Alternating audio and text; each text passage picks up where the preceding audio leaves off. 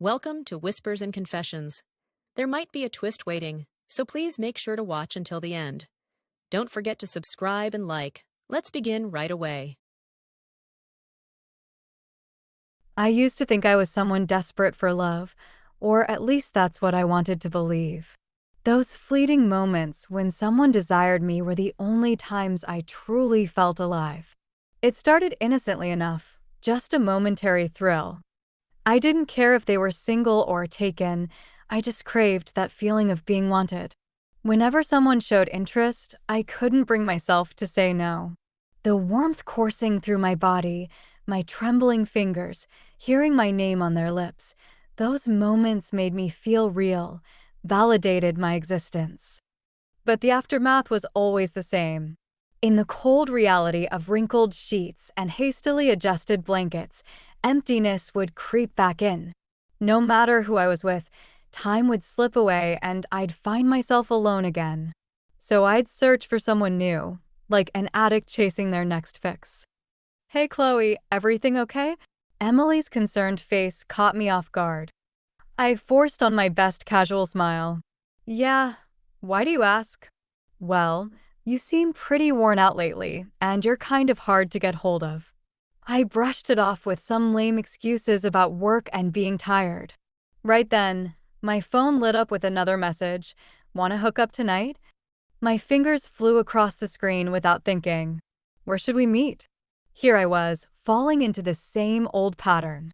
He was nothing remarkable, average height, ordinary looks, but when he brushed my shoulder, I convinced myself, maybe this guy can fill the void inside me. We made our way to a hotel, as naturally as if we'd done this 1,000 times before. The moment we got to the room, his arms encircled my waist as I grabbed his neck. Our breathing became heavy, and for a brief moment, everything else disappeared. But afterward, that familiar emptiness returned. I stood motionless in the shower, hot water cascading down my shoulders, but it couldn't touch the ice-cold feeling in my chest. Staring at my reflection, I barely recognized myself. My lips smiled, but my eyes were hollow. The guy lounged nearby, smoking, and muttered, "You're gorgeous, you know that?" I gave him an empty smile. Watching him get dressed and leave, knowing I'd be alone again, this had become a familiar scene. I checked my phone. Messages flooded my screen. "What's up today? Want to get together?" Without missing a beat, I replied, "Where should we meet?" I was seeing different people throughout the day. The truth hit me hard. I wasn't looking for love.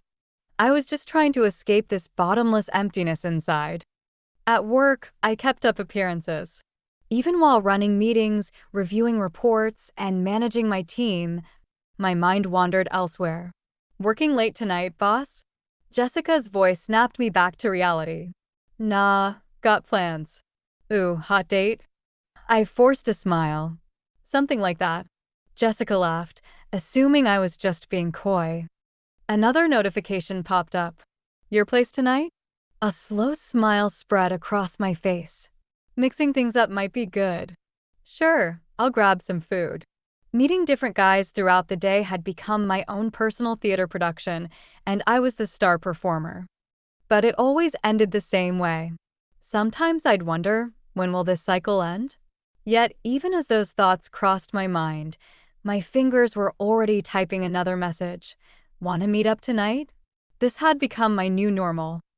I scrutinized my reflection one last time. Perfectly applied red lipstick, artfully tousled hair, a hint of perfume. Everything was perfect. Then the doorbell rang, and my heart nearly stopped. Opening the door, I froze. "What are you doing here?" It was Michael, my ex. I had loved him once. Truly, deeply loved him. But he'd left, and now here I was, trying to fill the hole he'd left behind. He gave a soft laugh. "Long time no see, Chloe." My mouth went dry. This was the last thing I expected. "How'd you find me? Remember? I mentioned I was moving to this area." He stood there, hands in his pockets, sizing up how I'd changed. "Have you been?" I let out a short laugh, determined not to show any weakness. Good. Looks like you're doing well too. Yeah. His eyes wandered past me into the apartment. Instinctively, I pulled the door closer. Something wrong? Expecting company? His words made my stomach drop. I just stood there, unable to speak. Michael's penetrating gaze cut right through me. Just as he softly called out Chloe, my phone buzzed. Without thinking, I glanced away. I'm here. Where are you? The moment I checked the message, Michael's eyes narrowed. His voice remained steady, but I could feel the storm of emotions beneath: disappointment, anger, and unmistakable jealousy. Just go. We're done. I tried pushing him away, but Michael's firm grip held the door in place. When our eyes met, the realization hit me like a ton of bricks. I wasn't over him. Not by a long shot. Then came the sound of footsteps on the stairs. James appeared, and I felt my whole body freeze. As Michael turned around, I held my breath. Well, this was a mess. The tension in the air was thick enough to cut with a knife. My heart was doing backflips. There I stood, trapped between my past and my planned evening entertainment. Chloe, who's this?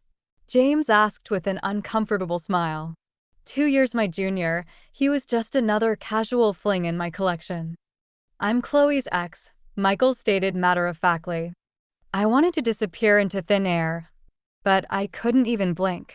James's face said it all, total deer in the headlights. Ancient history. He was just stopping by, I said, forcing a smile. Michael let out a harsh laugh. Just stopping by, huh? He pushed against the door again, and despite my efforts, his strength won out. The door swung open, revealing the scene inside: rumpled sheets, lingering perfume. Michael took it all in at once. Well, this explains everything, he said with a bitter smile, stepping closer. So this is why you've been dodging my calls. Been keeping yourself busy.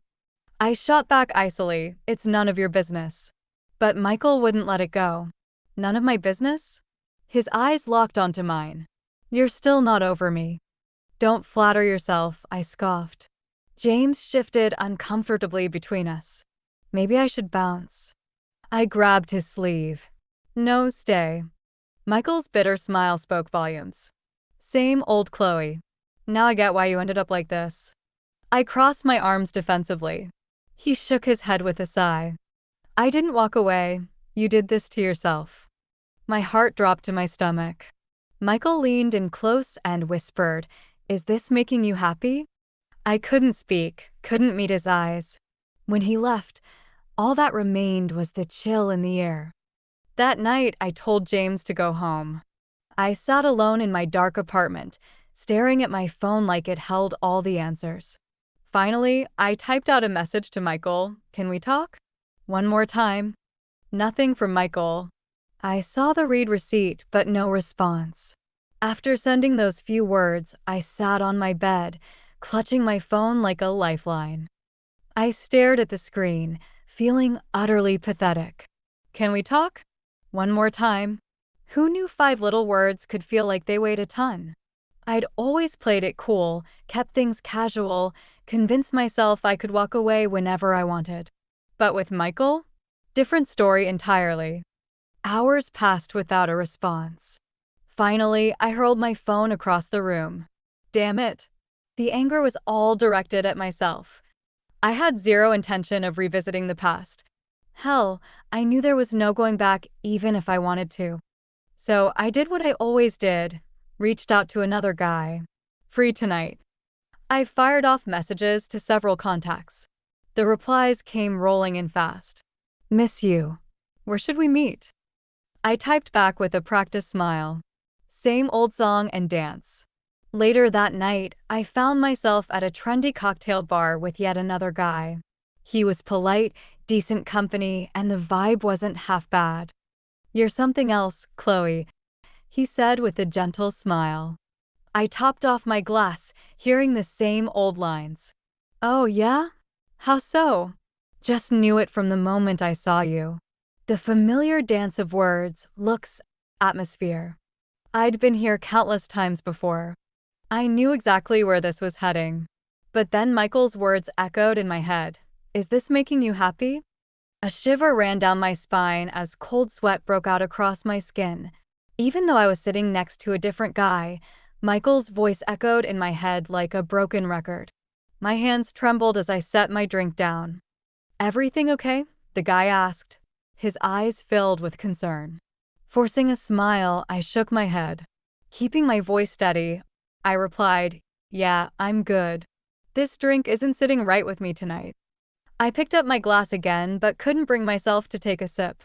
My thoughts were spinning like a tornado, with Michael's question from earlier haunting my every move. Why now, of all times? A wave of heaviness crashed over me. I had to get out of there. I should probably head out, I said abruptly. The guy grabbed my arm, clearly caught off guard. Just like that? I already got us a room. I pulled away firmly. Look, I'm really not feeling it tonight. Sorry. Before I knew it, my feet were carrying me to Michael's place. There I stood, outside his door at 2 a.m., my heart racing in my chest. What am I even doing here? I must have asked myself 100 times, but I couldn't make myself leave. Then the door swung open out of nowhere. There stood Michael, looking completely unfazed, like he'd been expecting me. I froze, words failing me as he silently stepped aside to let me in. As I crossed the threshold, it hit me like a ton of bricks. This wasn't just loneliness eating away at me. I was completely pining for Michael. The door clicked shut behind me, and Michael took a step back. His voice cut through the silence. Why are you here? I could hear all the emotions he was trying to hide beneath that calm exterior. After what felt like forever, I managed to whisper, I missed you. A bitter smile played across his lips. You missed me? That's a first, coming from you, Chloe. My chest tightened. I looked away, trying to play it cool with a forced smile. Yeah, well, there's a first time for everything, right? I felt pathetic standing there. Even though I'd seen this coming, it still stung like hell. If I came back, would you want me? Michael let out a heavy sigh, his expression unreadable. No. He studied me for what felt like an eternity before speaking softly. Chloe, you're still trying to figure yourself out. What's that supposed to mean? I'm not what you need. I'm just another band-aid for your wounds. His words hit me like a slap in the face, and anger flared up inside me. That's bull. I grabbed his arm without thinking, my voice breaking. I'm not playing games here. I mean it. I really mean it. Michael's smile was full of sadness. Were you ever really serious about us? Even once. Those words shattered what was left of my heart. I opened my mouth to speak, but nothing came out. Michael's intense gaze left me breathless. He reached out, gently tilting my chin up. You're not here because you need me. You're here because you need an escape. No, I whispered, tears welling up. It's different this time. Right then, his phone lit up. My stomach dropped when I caught the name on the screen, Emily. That name hit way too close to home. My voice quivered. Are you with Emily now? Michael ended the call without a word, his face giving nothing away. But I already knew the truth. Emily was my best friend. What's going on between you two? Michael heaved a deep sigh and looked me dead in the eye. Do you really think you get to ask me that? The words stuck in my throat like glue. He leaned in close and whispered, Did you honestly think I'd just wait around? I stood there speechless as his cold stare cut right through me. Did you expect me to put my life on hold while you were out there playing the field? I couldn't find my voice. Without another glance, he shut the door in my face. That's when reality finally sank in. For the first time in my life, I'd truly lost someone. I walked away like a zombie, hearing the door close behind me, but not having the courage to look back. That night, I just sat in my dark room for hours, staring at my phone like it held all the answers. But I couldn't bring myself to message a single soul. For once, what I felt wasn't just emptiness. It was pure, gut-wrenching regret. The streets were dead quiet on my way home, And under the dim streetlights, my heart felt darker than the night itself. I kept replaying the moment Michael's door shut in my face. Those cold eyes, that firm voice. I'd been so sure he'd take me back. No, I'd wanted to believe he would. I'd convinced myself he'd always come running whenever I called. But he wasn't waiting in the wings anymore. Emily, my best friend. My hands shook as I pulled up her number, but I couldn't hit the call button. What would I even say? Are you dating Michael? What good would confronting her do now? The fact that Michael had chosen Emily felt like a knife in my heart. A bitter smile crossed my face as I realized just how pathetic I'd become. In the end, I went home without making that call. The days after that passed in a blur. My phone was flooded with messages from guys. What's up? Haven't heard from you in forever. But I couldn't bring myself to read any of them. They felt hollow, meaningless. The truth knocked the wind out of me. Losing Michael had left a void that no amount of casual dating could fill. Even though I kept going through the motions with other guys, my heart knew what it wanted. Michael. But that ship had sailed. When I finally mustered up the courage to meet Emily, seeing her at the cafe felt surreal. She was still the same stunning, vibrant person I remembered, yet something had shifted. My best friend now felt like a complete stranger. How have you been? Emily broke the ice. I managed a weak smile. Just dealing with some stuff. That's good to hear, actually. What do you mean? Emily nervously played with her coffee cup before meeting my gaze. That you tried patching things up with Michael. My heart skipped a beat. Wait, you knew? Yeah. She nodded slowly. Michael told me everything. I let out a bitter laugh. So what's this about? Checking up on your poor friend? Or just making sure I'm not a threat? Neither, Emily replied with surprising composure. I think it's time we put all our cards on the table. I watched her silently as she gathered her thoughts. Taking a deep breath, she continued. The thing is, you never really loved Michael. He was more like a security blanket. Someone you expected to always be there when you needed him, who'd welcome you back with open arms no matter what. Do you know how hard that was for him? The worst part was, he kept holding on to hope that you'd come around, even while watching you live your life the way you did. Her words left me speechless. Emily's voice softened as she added, "That's why I stepped up." How could you? The words came out barely above a whisper.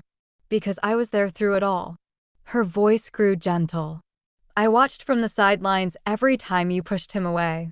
At first, I was just being a supportive friend, but somewhere along the way, I fell for him too. I felt suffocated. Emily finished her coffee and stood up gracefully. It's too late to turn back now. You need to move forward with your life. As I watched her walk away, the reality of everything hit me. Staring at the empty chair across from me, I finally understood. I had never truly experienced real love. All I'd done was try to possess someone. After that conversation, I cut off contact with everyone. I realized no one could fill the emptiness inside me, and for the first time in my life, I had to learn how to be alone. Maybe this was my chance to finally figure out who I really was.